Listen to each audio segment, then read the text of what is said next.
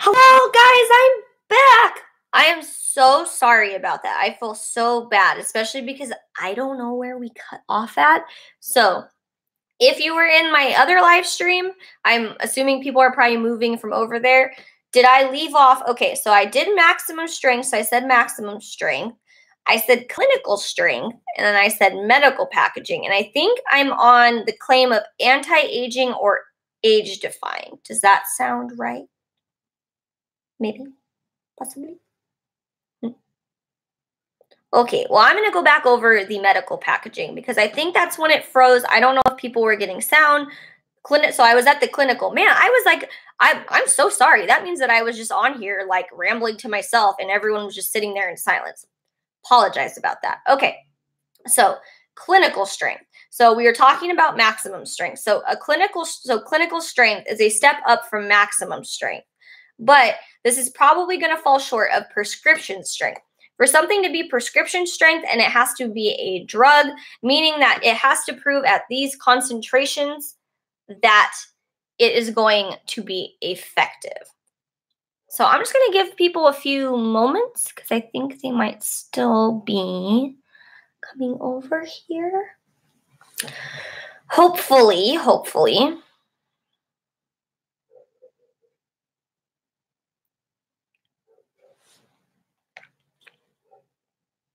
Let's see here.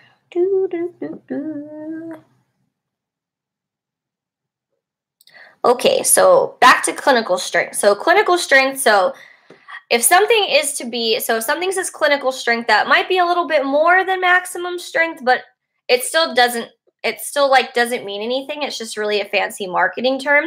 It's going to fall short of prescription strength. If something is prescription strength, that means that it is going to be there's basically this Bible for testing purposes that's called the USP. That's the United States Pharmacopoeia. I talked about it in my Claire's asbestos controversy.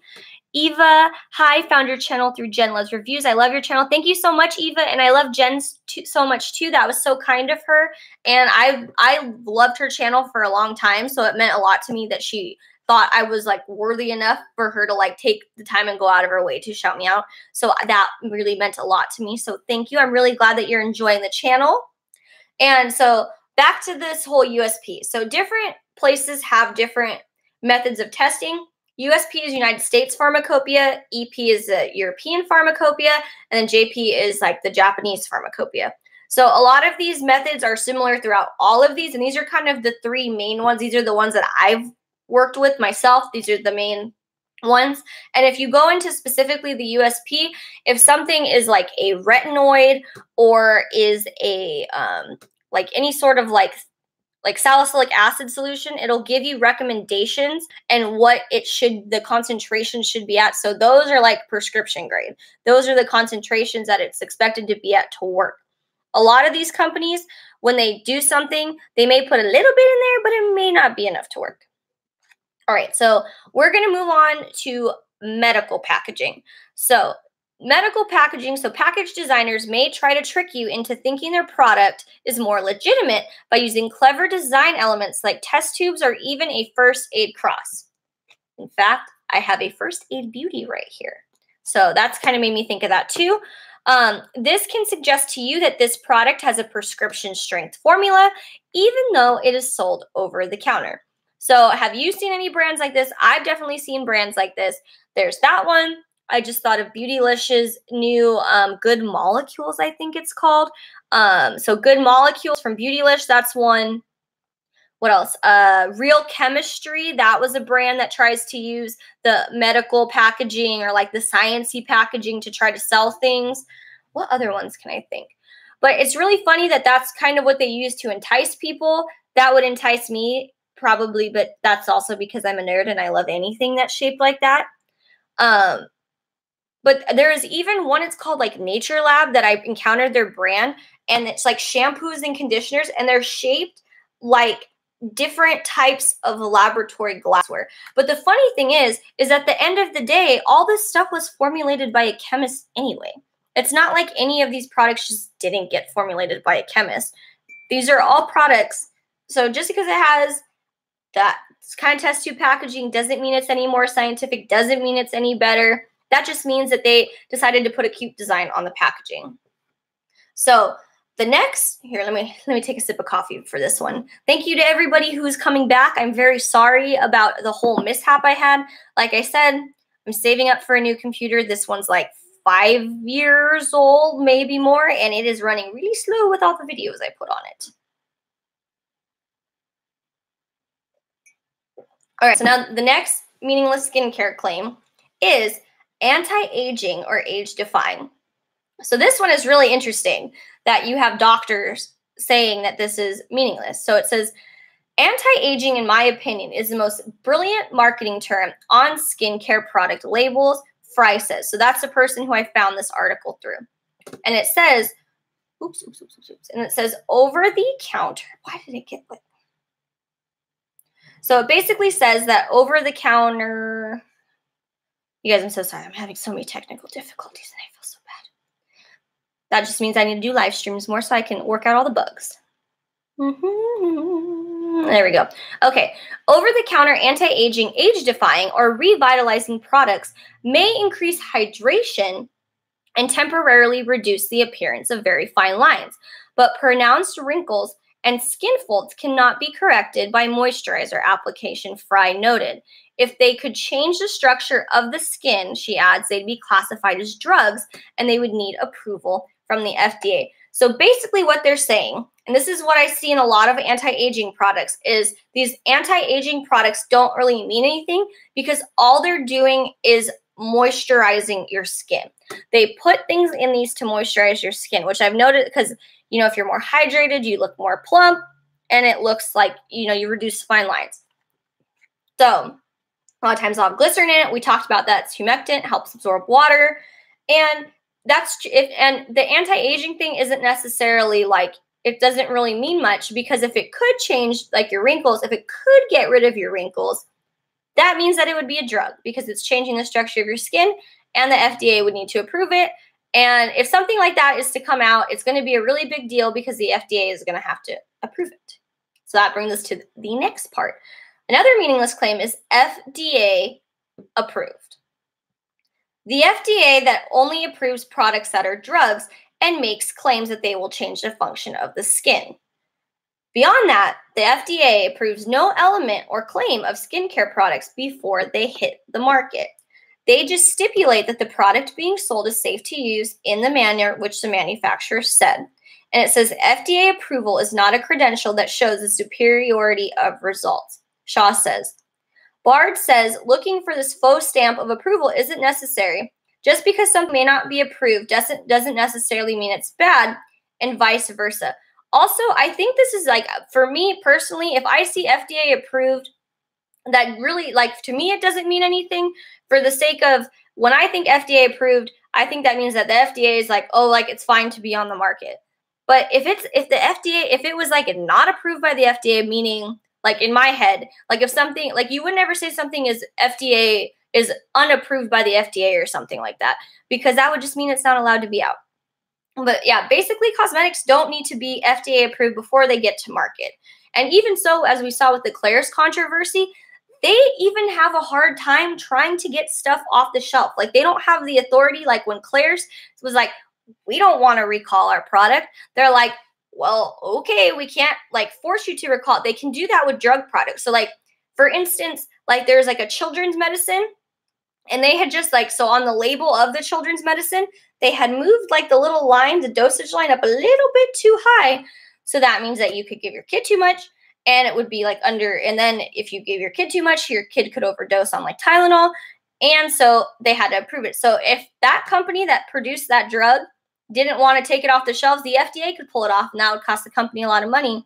But sadly, that's not how it is with cosmetics. They can just issue warnings. And you hope that if a company takes something off, like should willingly take something off of the shelf, because if they do what Claire's did, that's like leaves a bad taste in my mouth. But back to this. So yeah, FDA approved means nothing. We've heard that a lot with like a lot of like beauty vitamins and a lot of like, well, normally like skincare products, so usually makeup's not really FDA approved. So that doesn't mean anything. If you see that, take it with a grain of salt. And it's not like the FDA is going to look to it, even if they did say that. And the last one that we're going to talk about is for the last biggest skin marketing myth, clinical. I think there needs to be a separate skincare makeup agency. I agree too. I think there should be, and I think it's important. Mostly, I think it's important for the sake of testing like raw materials to make sure like the limits are met in there. A lot of these big companies are good. They have a lot of these big companies, like a lot of people want to support smaller companies, but these bigger companies do have the infrastructure to ensure that their products are like safe. They have like toxicologists. They have people testing it to make sure these like limits are met, all that stuff. And it's a lot harder for smaller brands. Not that smaller brands are bad, but it is a lot harder because they don't have the infrastructure to like prove all of this stuff. So the last meaningless skincare claim is for all skin types. And I like totally agree with this one.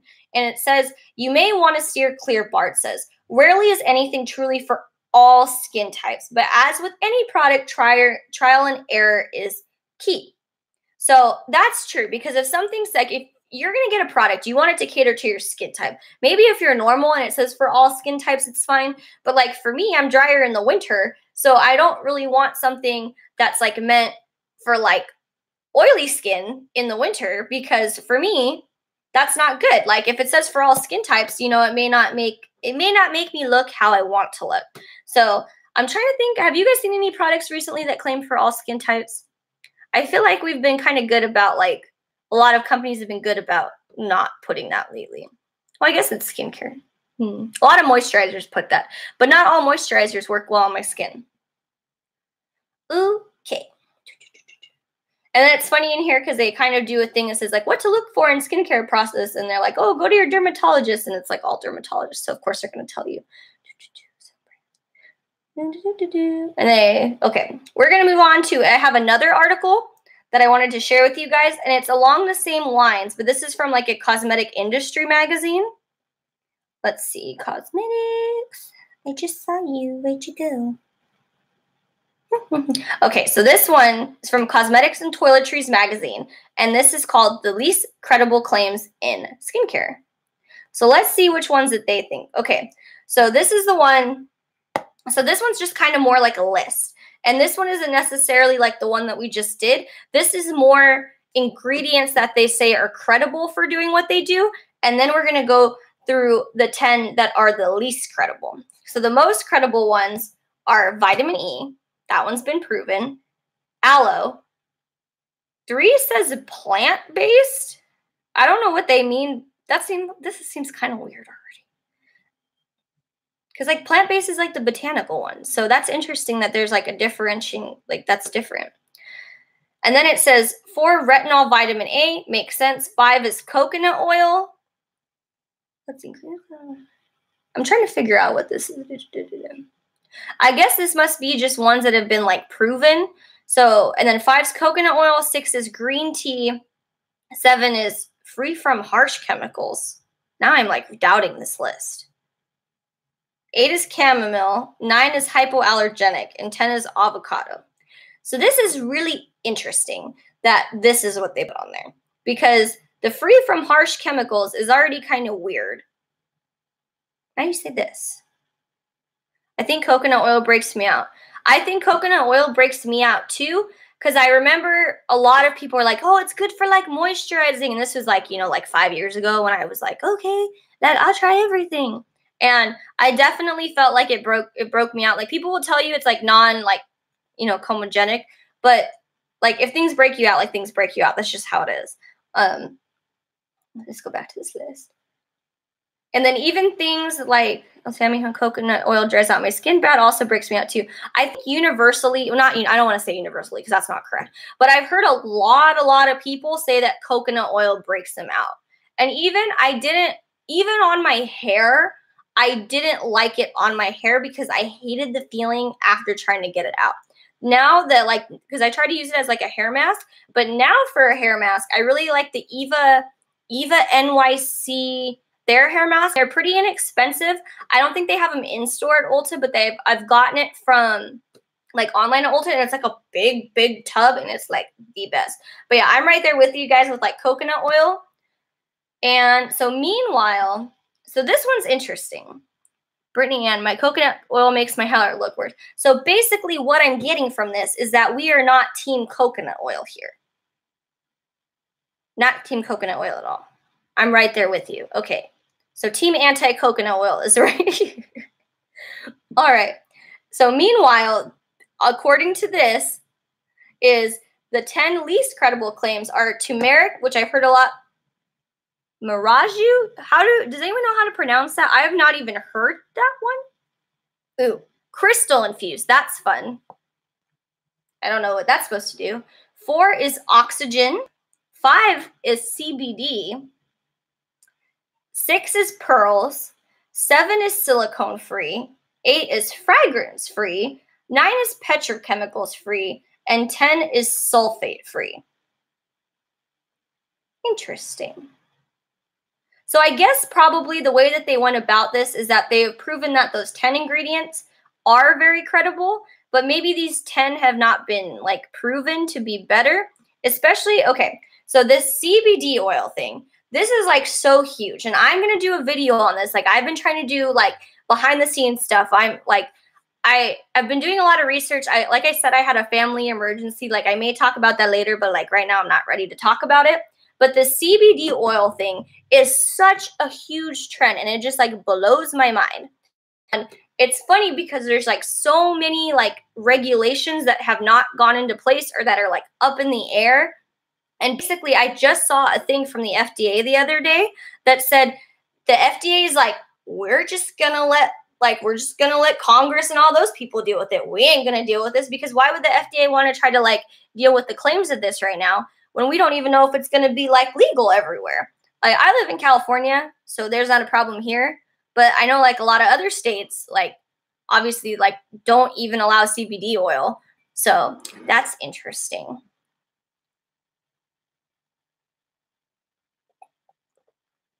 Yeah, exactly. Like there's so, it feels like so much fad marketing, and I think it's kind of stemmed from the wide like acceptance of it.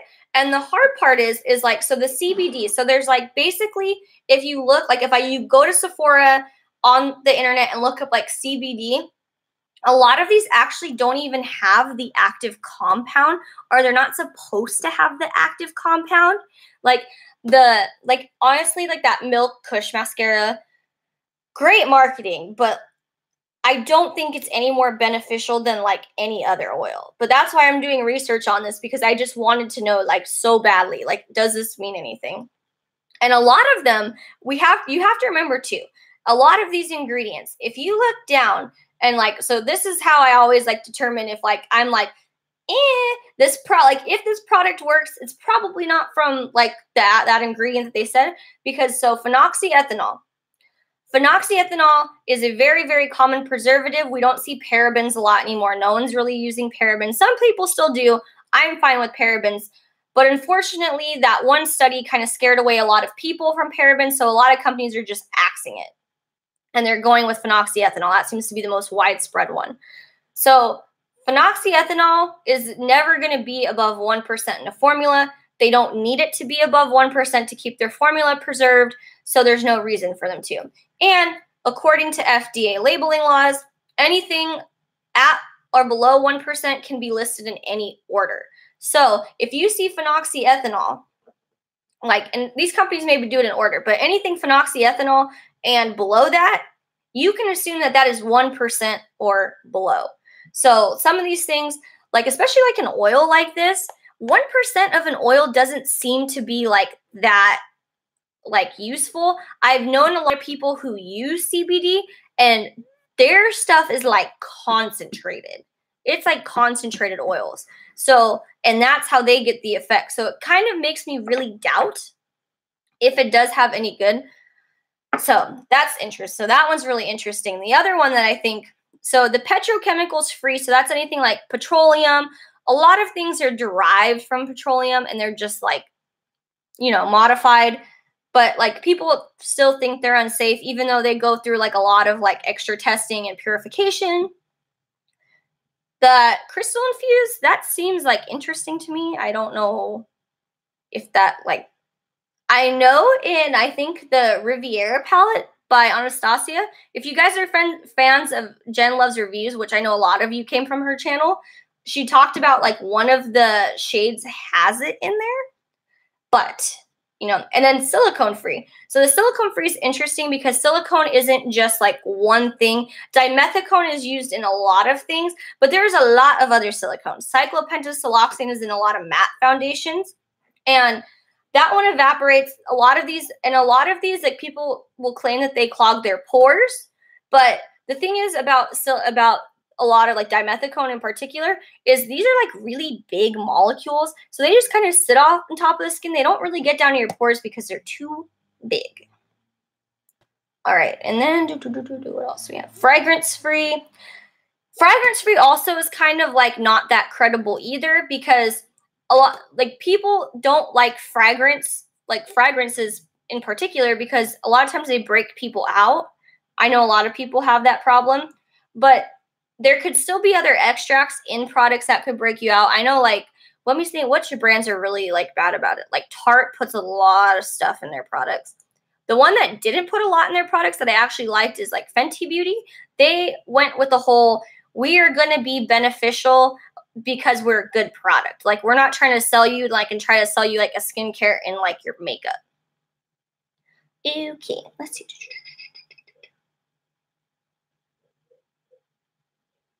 So yeah, basically these are, and then the sulfate free. So the sulfate free one, I need to look into more. Right now I use OGX shampoo and conditioner, and that one is sulfate free. But the problem is like the more that I've used it over the years, I've noticed my hair doesn't stay as clean in between washes. So like the other day I had to use my boyfriend's like Dove shampoo because it has sulfates and that finally cleaned. So what are some like skincare or like hair care or any claims that like kind of get you? I'm just kind of curious because I know what gets me on stuff, but I want to know what gets other people. You know what one used to get me? What ingredient used to get me is that Moroccan oil. That's how OGX got me. But luckily, I like their product other than the fact that I've used it too long. Mending split ends. Huh. I haven't seen that. Is that possible? I feel like it's not. Huh. I'll have to ask. There's one person that I know, and she works in like hair care. So maybe I'll have to ask her if that's a question.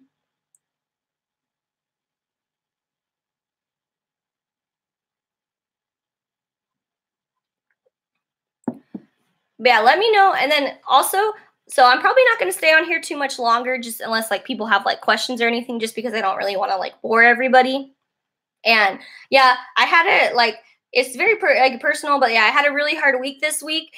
And, it was technically like last week, but it's like, it's been carrying on for like the next like couple weeks. And so when I found out that Jen had mentioned me in that video, like I already like told her this, but that was like the best thing that like happened to me all week, and it just like made my week. And I'm so happy to have everybody here, and I'm so happy to do more videos for you guys.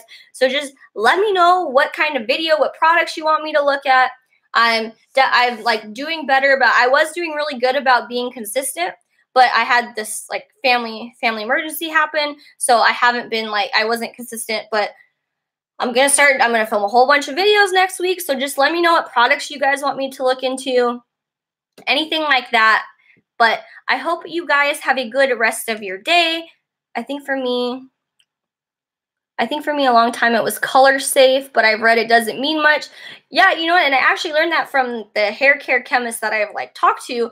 And she said like, and you can like really only do like so much. Like you basically have to just be like really careful with your hair. I personally have never dyed my hair, but so it doesn't even like do that much for me.